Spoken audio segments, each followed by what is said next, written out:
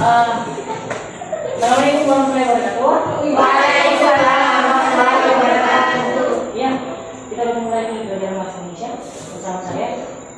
Tapi sebelum itu saya minta kepada seseorang untuk berdoa. Bagaimana? Siapa yang pernah? Coba Saya ya. Ya, silakan. Bersedia untuk belajar. 1. Sebelum kita belajar, marilah kita berdoa sesuai keyakinan dan kepercayaan masing-masing. Doa dimulai.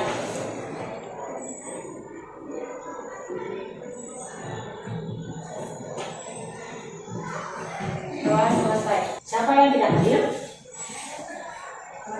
Banyak ya.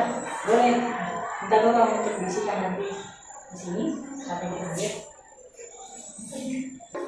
Hari ini kita akan belajar lagi tentang negosiasi, tapi khusus kepada struktur dan kaidah kebahasaan teks negosiasi. Nah, apa yang kita belajar pada hari ini yaitu memberikan struktur teks negosiasi, apakah itu komunikasi, kemajuan, penawaran, persetujuan untuk dan kaidah kebahasaan teks negosiasi. Negosiasi itu tidak bisa lepas dari kehidupan kita. Misalnya topik pentingan yang orang tua musim ini, sepatu orang tua ini, misalnya balik, kita harus bernegosiasi sama bos. Misalnya ada kepentingan sama bos, dan kita harus bernegosiasi. Ada kepentingan lagi dengan guru, misalnya guru ini kita harus jadi olahraga, masih capek, ya kan? Masih capek, terus gurunya langsung ada ke belakang. Nah, situ kalian bisa bernegosiasi supaya ditunda ulangannya. Negosiasi ini sangat penting bagi kehidupan kita, sangat bermanfaat. Manfaatnya itu, apa ini bisa lepas dari negosiasi. Negosiasi adalah bentuk interaksi sosial yang berfungsi untuk mencapai kesepakatan di antara pihak-pihak yang mempunyai kepentingan berbeda. Sebagaimana terdapat di atas, tim yang menyatakan bahwa negosiasi adalah bentuk interaksi sosial yang berfungsi untuk mencari penyelesaian bersama di antara pihak yang mempunyai kepentingan berbeda. Ya, inti dari negosiasi memang harus ada perbedaan kepentingan, karena jika tidak ada perbedaan kepentingan maka tidak perlu diadakan negosiasi, kan? Dalam negosiasi ini, pihak-pihak tersebut berusaha menyelesaikan perbedaan-perbedaan itu dengan berdialog untuk mengurangi perbedaan setiap pihak. Mereka mencari cara untuk menemukan bukti-bukti yang sama sehingga akhirnya kesepakatan dapat dibuat dan diterima bersama. Jadi, tujuan dilaksanakan negosiasi antara lain yang pertama, mencapai kesepakatan yang memiliki kesamaan, saling pengertian dan persetujuan. Yang kedua, mencapai penyelesaian atau jalan keluar dari masalah yang dihadapi secara bersama. Yang ketiga, mencapai kondisi saling menguntungkan dan tidak ada yang dirugikan atau bisa disebut dengan win-win solution. Kemudian bagaimana ciri-ciri teks negosiasi? Teks negosiasi mempunyai beberapa ciri, antara lain yang pertama, terdapat partisipan, yaitu orang yang berperan atau pemeran dalam teks tersebut. Partisipan yang dimaksud di sini adalah pihak yang menyampaikan pengajuan dan pihak yang menawar dalam negosiasi. Pada beberapa teks negosiasi untuk memecahkan konflik, kadang terdapat pula partisipan ketiga yang berperan sebagai pemandu atau perantara. Yang kedua, terdapat kepentingan yang berbeda dari pihak yang terlibat. Yang ketiga, berisi pengajuan dan penawaran dari pihak yang memiliki kepentingan berbeda. Dan yang keempat, adanya kesepakatan yang dapat disetujui oleh semua pihak sebagai hasil negosiasi. Yang terakhir, terdapat ucapan yang bersifat persuasif atau merujuk dalam teks tersebut. Selanjutnya, kita masuk ke struktur teks negosiasi. Teks negosiasi mempunyai beberapa struktur, antara lain yang pertama, orientasi. Orientasi pada struktur teks negosiasi berisi tentang bagian pembukaan, bisa berisi salam, sapaan, atau ucapan lainnya untuk memulai sebuah interaksi sosial. Misal mengucap assalamualaikum, selamat pagi, permisi, dan sebagainya. Struktur yang kedua yaitu permintaan. Di dalam permintaan, pembeli akan mengungkapkan keinginannya dalam membeli atau mendapatkan suatu barang yang dimaksud. Struktur yang ketiga yaitu pemenuhan. Jadi setelah pembeli menyatakan permintaannya, penjual akan berusaha mencari barang itu dan menyatakan mampu memenuhi permintaan tersebut. Lalu ada bagian pembelian. Selanjutnya kita akan bahas kaidah kebahasaan yang digunakan dalam teks negosiasi, antara lain yang pertama menggunakan kalimat berita, kalimat tanya, dan kalimat perintah hampir berimbang. Hal tersebut terkait dengan bentuk negosiasi yang berupa percakapan sehari-hari, sehingga ketiga jenis kalimat tersebut mesti muncul secara bergantian. Yang kedua, banyak menggunakan kalimat yang menyatakan keinginan atau harapan. Hal ini banyak sekali terkait dengan fungsi negosiasi itu sendiri, yaitu menyatakan kepentingan dan mengobrolkannya dengan bicara. Oleh karena itu, akan banyak kalimat yang menyatakan maksud tersebut yang ditandai oleh penggunaan kata-kata seperti mohon, boleh, minta, harap, mudah-mudahan, dan lain-lain. Jadi kita pada hari ini hanyalah struktur dan kaidah. Nah, sekarang saya tanya, apa saja struktur dari teks negosiasi? Ya betul, orientasi. Apa lagi? Permintaan. Ya, apa lagi? Penawaran. Persetujuan. Pembelian. Penutupan. Penutup. Oke. Ternyata saya tangkap kalian 12 ya. Belum kalian. Sebelum itu saya ingin mempertunjukkan PowerPoint. Tadi ada beberapa perbedaan dengan video yang di atas ya. Nah ini ada orientasi, contohnya seperti di atas. Ini jadi orientasi ini selamat siang dan lain. Baik. Selamat siang, saya dari siapa gitu. Memperkenalkan dirinya ini betul. Kemudian ada pengajuan. Nah silakan dibaca dulu. Apa kita lihat di belakang? Lihat. Ya, itu pengajuan. Jadi mana pihak yang kita menanyakan suatu barang kesalahan yang dihadapi ya. Yang dihadapi. Jadi dalam ilmu yang terbaru struktur itu, kalau yang lama itu dia pengajuan penawaran ya. Dan yang terbaru itu kelompok ini pengajuan, kelompok berikutnya penawaran seperti itu.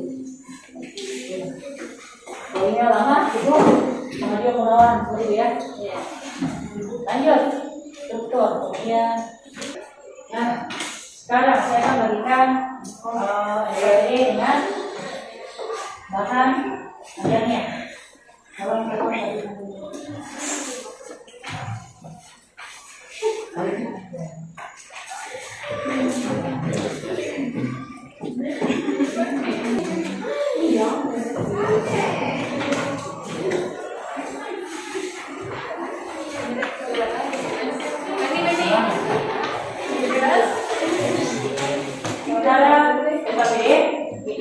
kerjakan soalnya.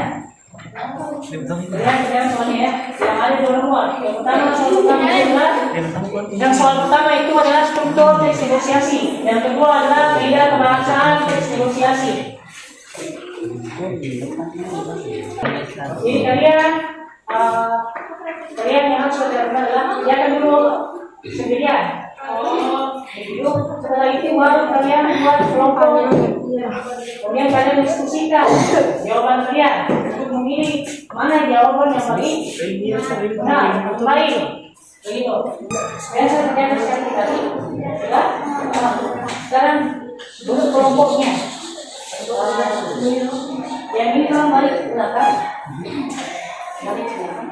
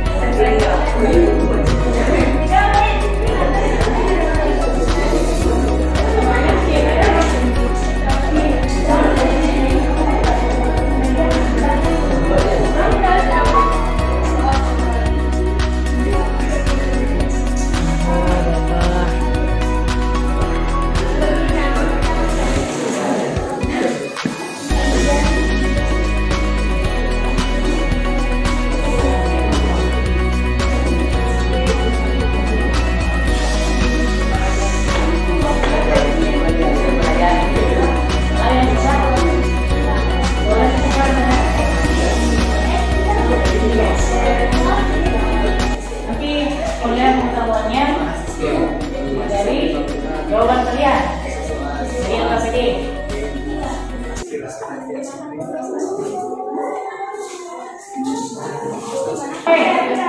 semuanya sudah selesai,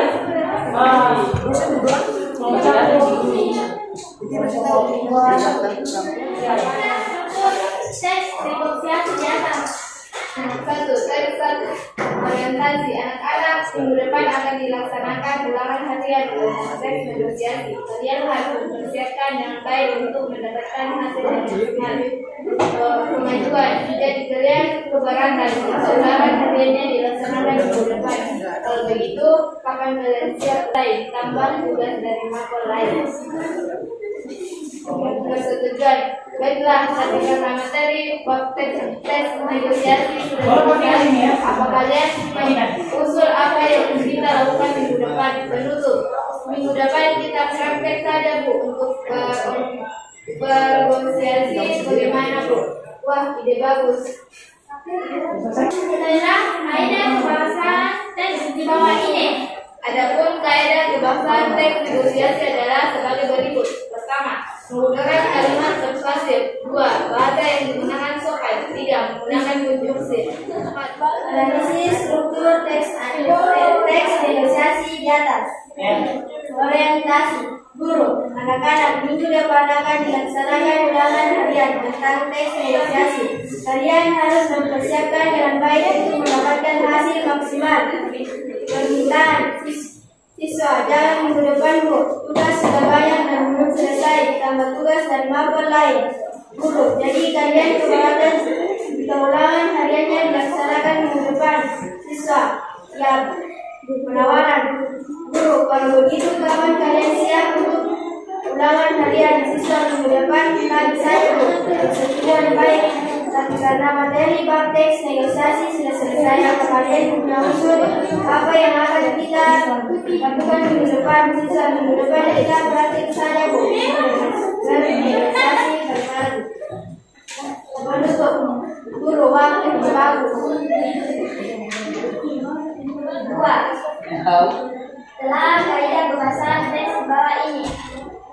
Menggunakan kalimat persuasif, contohnya bikinnya paling susah karena warnanya sudah 18 menit saja nih. Menggunakan kalimat langsung, novi. Kalau gitu Oke. Ada tanggapan dari mulai? ada Sarina kurang senyum dan hanya berdiri saja. Ada itu? Ada ya? Ada lagi? Ya, terasa.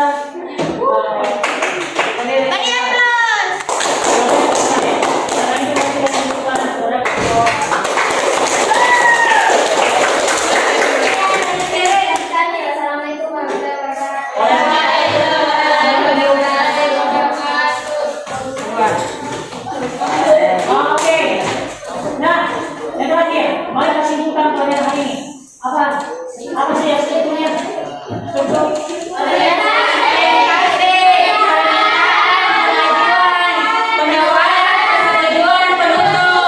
Oke, lanjut. Apa kaidah kebangsaannya? Kaidah kebangsaannya digunakan